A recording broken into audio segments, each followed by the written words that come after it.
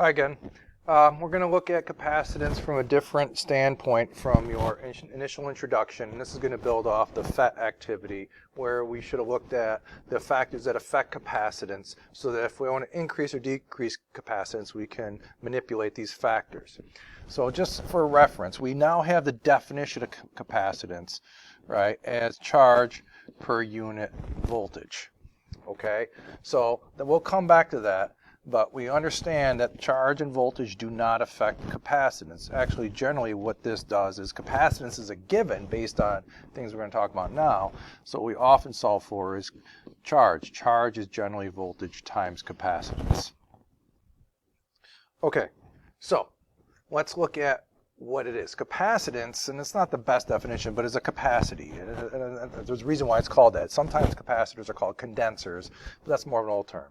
But it's really ultimately two parallel plates, two parallel conductors separated by an insulator, and it's to hold charge. So the more capacitance have, essentially the more capacity it has to hold charge. That's a little bit simplistic because the voltage part does complicate things, but it's a good start. So there are three factors, okay, for a given potential, V, that affect the amount of charge that the plates can hold.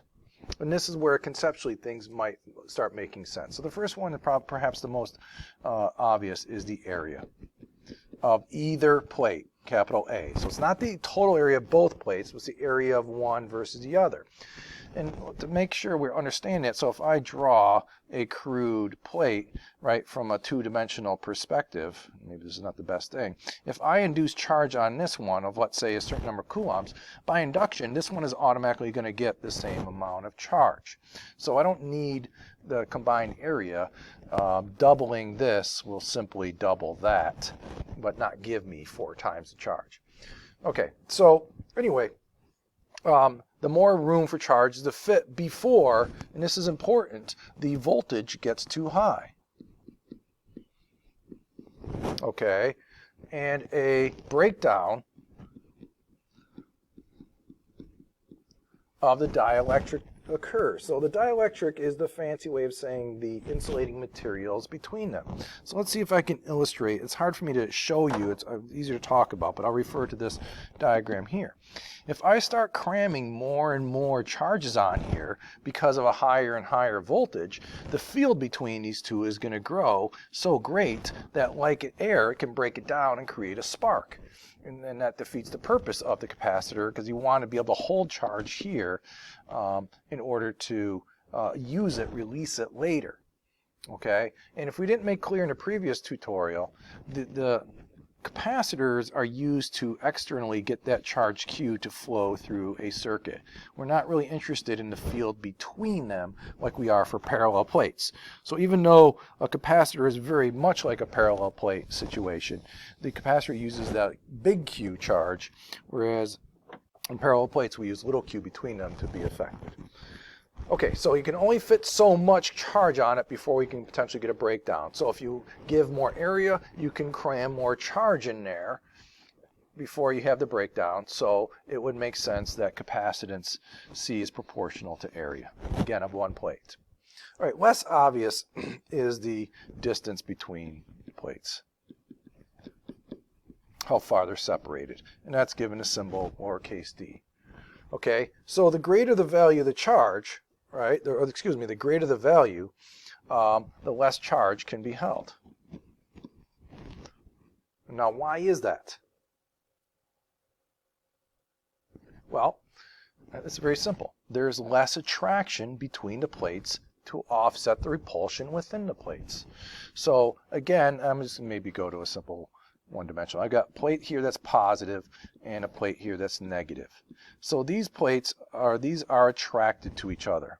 And since they're attracted to each other, the positives kind of forget that they're repelling each other, so we can build more on. So let's say I shift the plate up to here.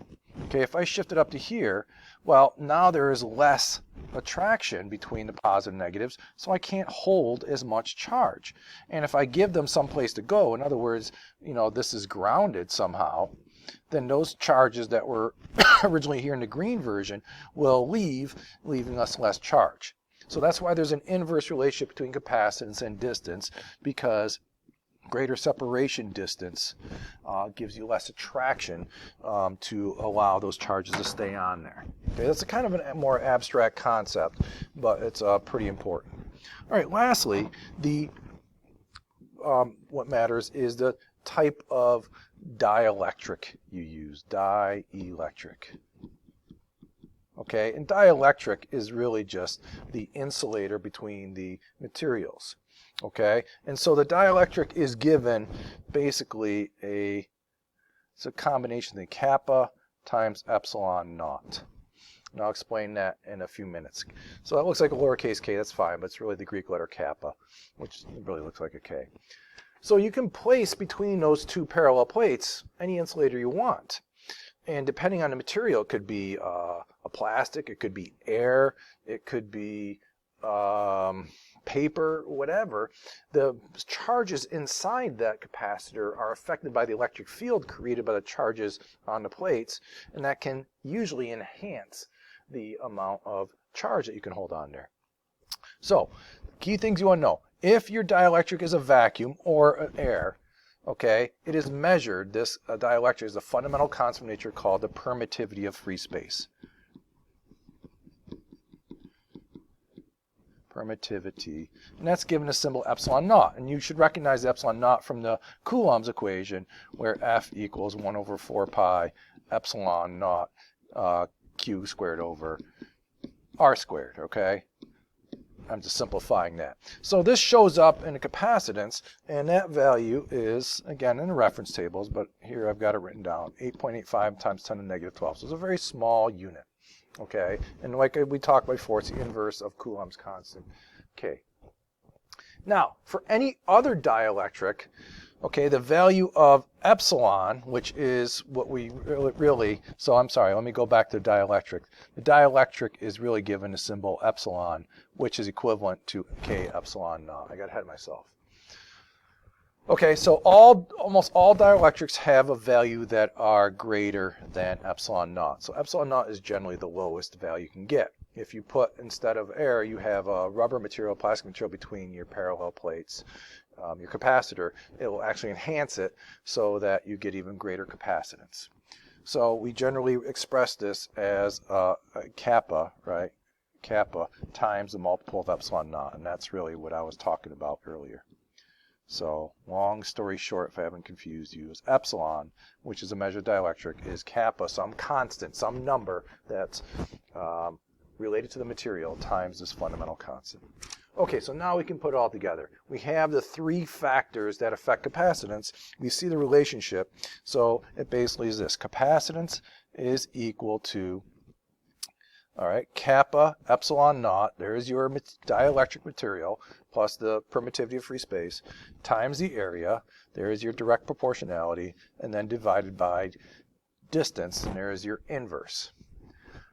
Don't forget the original equation, right? C equals Q over V, that's our definition.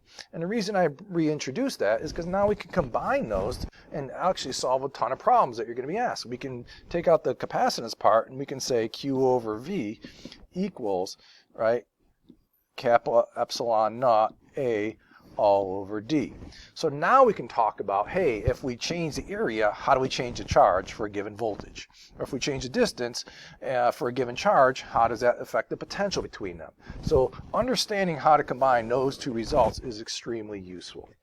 So what I want you to try on your own, and the answers are given, this is essentially your homework. It's not a lot of problems.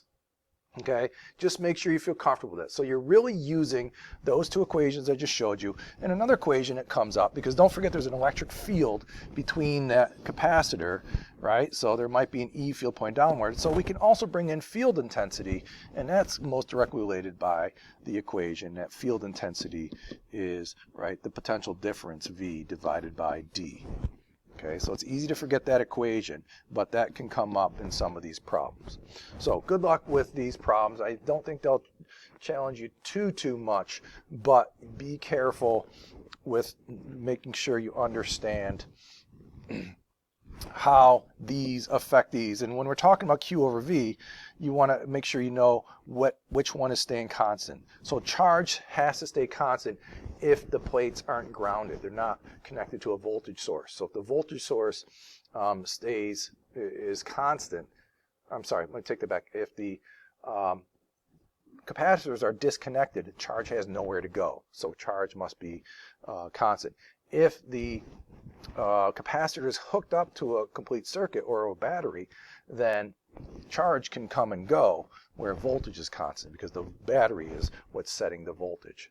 So that's a concept from the last tutorial that you want to keep in mind as you understand how each affects each other. And then again, don't forget the energy equations we can also bring in there, right? 1/2 CV squared. Now we can use this for C in certain circumstances. So these are good exercises and proportions that follow.